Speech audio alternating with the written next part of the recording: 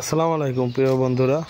রাস্তাতে যাওয়ার সময় আমাদের পাশের গ্রাম টিলাতে মাগুরা জেলা মধু চাষ করতেছে, শস্য ফুলের মধু। সেখানে যে ভিডিও করলাম, ওই যে বাচ্চাটা ধোয়া দিচ্ছে চাকের ভিতর থেকে মৌ শাক বার করে বা ধোয়া দিয়ে মধুর মাছিক তাড়িয়ে সেইগুলো আবার ট্রে করে সাজিয়ে এনে এদের ট্রের ভিতরে সাজাচ্ছে।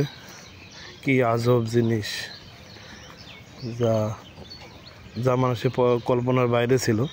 এগুলো এনে এই যে একটা ড্রামের ভিতর মেশিন ফিট করা, ওটা তাকে এই ট্রেগুলো সাজাইয়ে তারপরে এই যে হ্যান্ডেল ঘোরায় সাজাচ্ছে। দেখতে পাচ্ছেন সাজাচ্ছে, ও তো মশারির ভিতর ভালোভাবে দেখা যাচ্ছে না, দেখেন কি সুন্দর করে সাজাচ্ছে।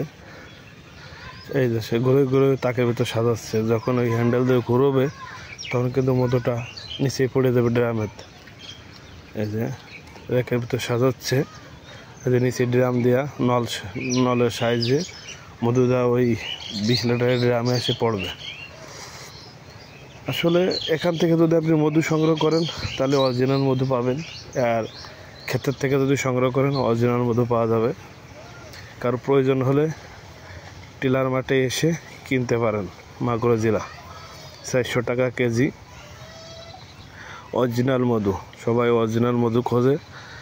যদি কারো প্রয়োজন মনে করেন তাহলে আপনারা এখান থেকে সংগ্রহ করতে পারেন। ভিডিওটা ভালো লাগলে শেয়ার অথবা কমেন্ট করবেন। ভালো থাকুন সবাই।